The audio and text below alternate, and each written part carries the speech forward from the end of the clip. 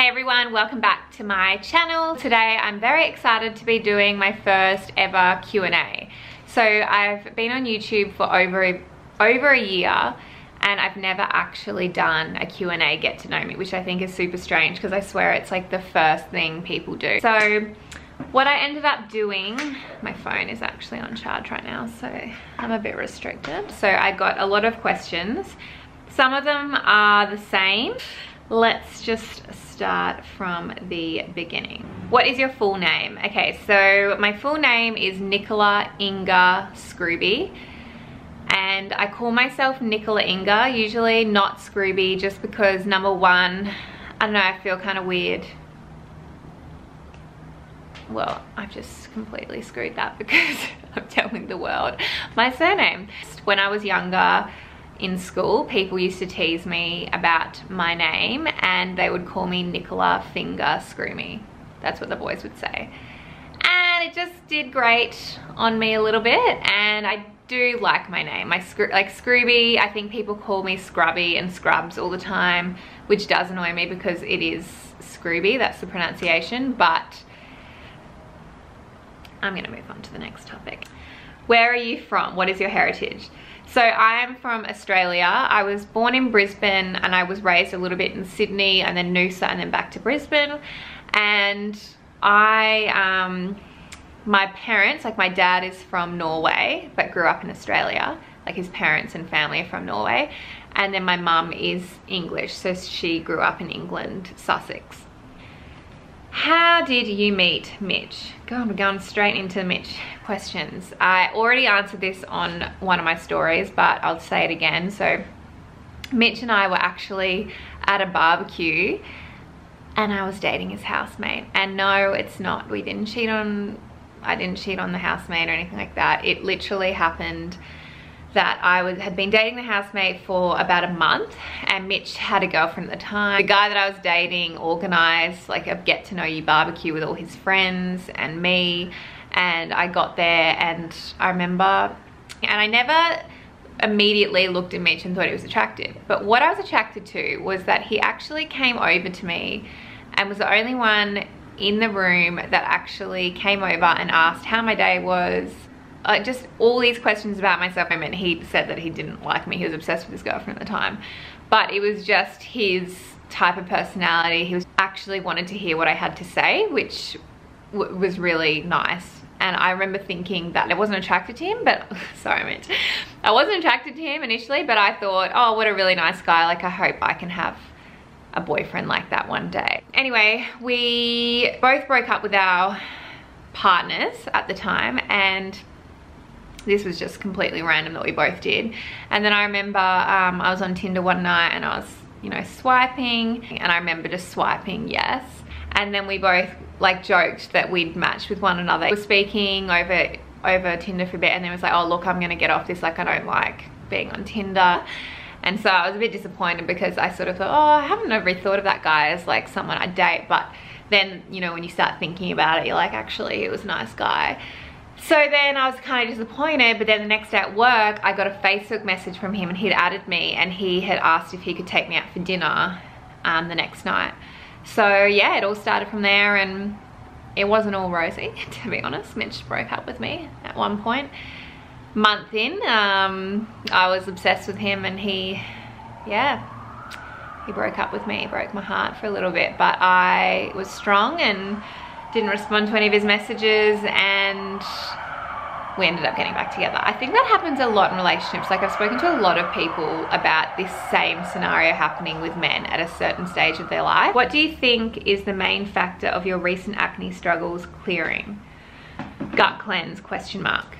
Yeah, so I personally believe that with all of the acne that I was suffering from over the past 3 months, obviously now it's cleared, but I do believe that it was because of gut health and also the amount of stress I was under. I was going through a lot of emotional stress. I haven't really told anyone like on my Instagram, but I may as well just tell you guys now, but I was going through a lot of stress with Nutty Boost, my business, my first business, and I guess I thought it would be a lot easier than it was. Like, I never thought it would be easy, but it was just I put so much energy and so much time into it, and it just didn't return that energy, if that makes sense. So it was really dragging me down, and emotionally it was really draining for me, because I just built this baby of mine and it just wasn't returning the love. So I got really disheartened. I lost my way a little bit, and I think all of that emotional stress and the pressure to be something that I thought I had to be was just so much stress that it really did come out in my skin, and that stress also contributed to anxiety. When I am anxious, I literally poo myself. I poo like 6 times a day, watery, diarrhea, and I'm gonna be open with you guys, it's just what happens, and it is not normal. It's not normal to go to the toilet that many times and have that consistency of poo. And I soon found that out by talking to a naturopath, and she actually treats my mum, and she was recommended to me, and she is absolutely amazing. And I actually got her to be part of my acne program just because I did believe in a lot of what she was saying. And we decided to do a gut cleanse for me, not only for my mind, but also for obviously what was going on with my gut health and my skin. And throughout that process, we also focused on my emotions and how I was dealing with everything that was going on in my life. So we did journaling. That was one of the things that was suggested to me.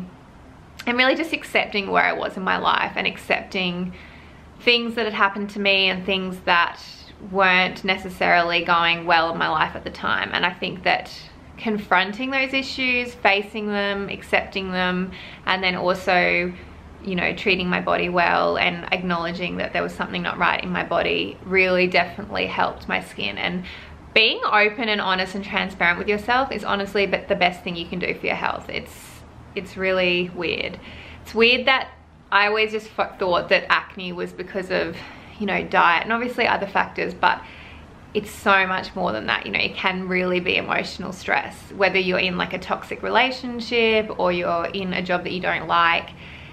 Your skin will tell you. It's like a mirror for what's going on internally, emotionally and physically. So I definitely think you should look at that and then be able to manage it.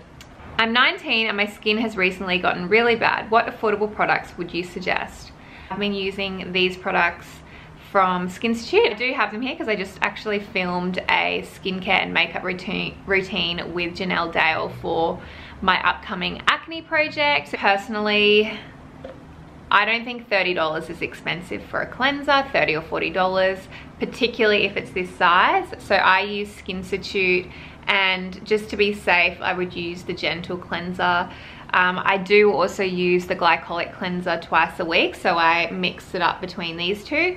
But I was actually recommended I have a certain amount of products and a certain type of product by a paramedical skin specialist. So that is what works for me. I do really like Skinstitut just because it is science-backed, and the products are sort of really affordable for what they are, if that makes sense. Like, they're not supermarket products, but I'm not saying that supermarket products aren't good, and I'm sure there are plenty that are great out there. I have tried a lot of skincare products in my time, and I do personally really like this range. Your skin is your largest organ, so you need to look after that. Do you have lip fillers? I mean, I don't feel like I don't look like I have lip fillers in this video, but I do, and I've actually had 5 mils injected into my lip. But the thing is, and I know this is probably gonna throw people off and they're probably gonna judge me and they're probably not gonna look at me the same, but yeah, I have had fillers and I don't regret it. It's actually one of the best things I did for my confidence, because I always wanted to be able to wear lipstick. And I will actually pop a before and after of my lips up here so you can see. And I've never wanted huge lips, I just wanted a top lip.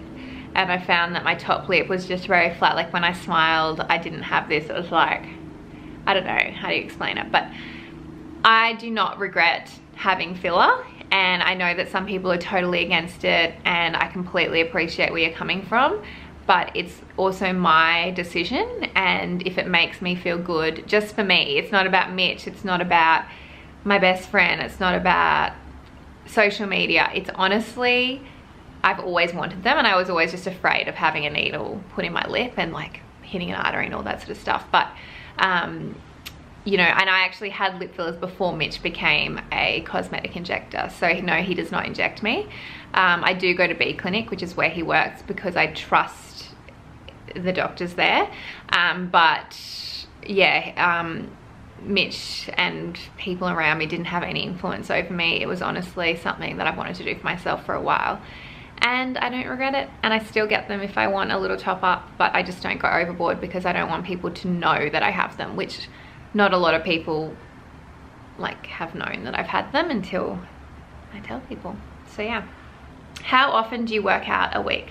Okay, so usually I would work out around 3 to 4 times per week, but at the moment, recently, in the last 3 weeks, sorry, I slipped a disc in my back. I actually had the slip disc for around 5 months, but I just ignored it and kept on exercising, and then I eventually made it super worse. And so when I went and got an MRI, they did tell me that I had a protruding disc, and so I've been told to not exercise for at least 2 weeks. I'm gonna answer 3 to 4 times per week because that's me in my normal state. This isn't normal for me right now, and it's kind of depressing, but I'm just letting my body rest. It's really weird, there's no wind in here. So there's a ghost in here pretty much. What degree do you hold? I hold a Bachelor of Business majoring in Public Relations, and I also studied for 2.5 years at Endeavour College and QUT doing Health Science majoring in Nutrition, but I didn't complete that degree. What are your favourite healthy snacks? Right now I love my Collagen cookie dough slice. I will pop the recipe in the section below, but honestly it is so bloody good. It tastes like the cookie dough from the supermarket in that cylinder. It's so good. How much protein a day do you try and aim for? I don't actually count macros because I have had like a history of eating disorders. I tend not to heavily focus on food the whole day. Obviously I eat it at all times of the day, but it's just counting things and weighing things and doing all that type of stuff. Like I know it works really well for some people, but I just don't like becoming obsessive. What foods flare up your acne? It seems like no matter what I eat or avoid, it's always bad. Personally, things that flare up my acne are dairy and also refined foods. In saying that, when I'm on holiday and super relaxed, those foods don't often flare up, which also means that it can be a stress factor. So if you are really highly stressed, your cortisol levels are really high. If I'm really stressed, no matter what I eat, I probably already have a little bit of a sensitivity to certain foods, but if I'm stressed, it just makes the sensitivity 1,000 times worse. How often do you practice intermittent fasting? I do, but I don't. It's only when say I've had like a really big meal the night before and I wake up feeling slightly sick in my stomach or sluggish, I'll usually fast until I feel like my stomach doesn't feel as sick or full anymore, because I feel like I haven't digested my meal from the night before eating again, if that makes sense. So that's usually the time when I fast, if I'm just feeling super bloated and even not hungry. I'm very intuitive with my eating, so if I wake up and I'm starving, I'll eat like a really big meal.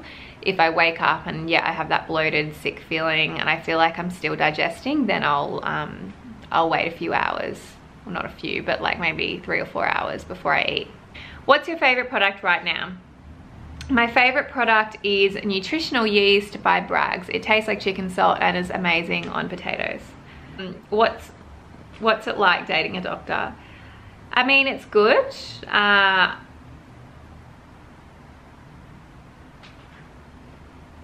don't know. I don't really look at him as a doctor, to be honest. It's not until he tells me. Obviously I am very natural, so sometimes we do have a few debates about, you know, different drugs, but I have come to appreciate the use of medicine.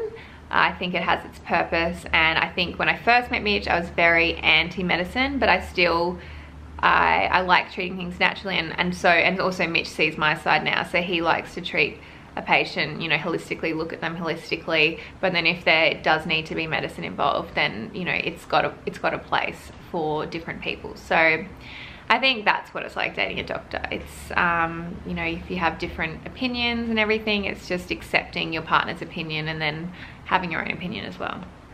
Who did you go to in Brisbane? So I did go to All Hallows in like as high school, but in terms of primary schools, I've been to 10 primary schools. So I'm not gonna list them all. I've probably been to most people's primary school. And the reason I went to a few is just because I did move around a little bit as a child, just because my mum had like work commitments, and then we also, you know, like I did have a couple of stepdads, and you know, shit happens. But you know, it made me very socialized. I was very socialized as a child, and now I know, like when I went to high school, I knew so many different girls from the different primary schools I'd been to.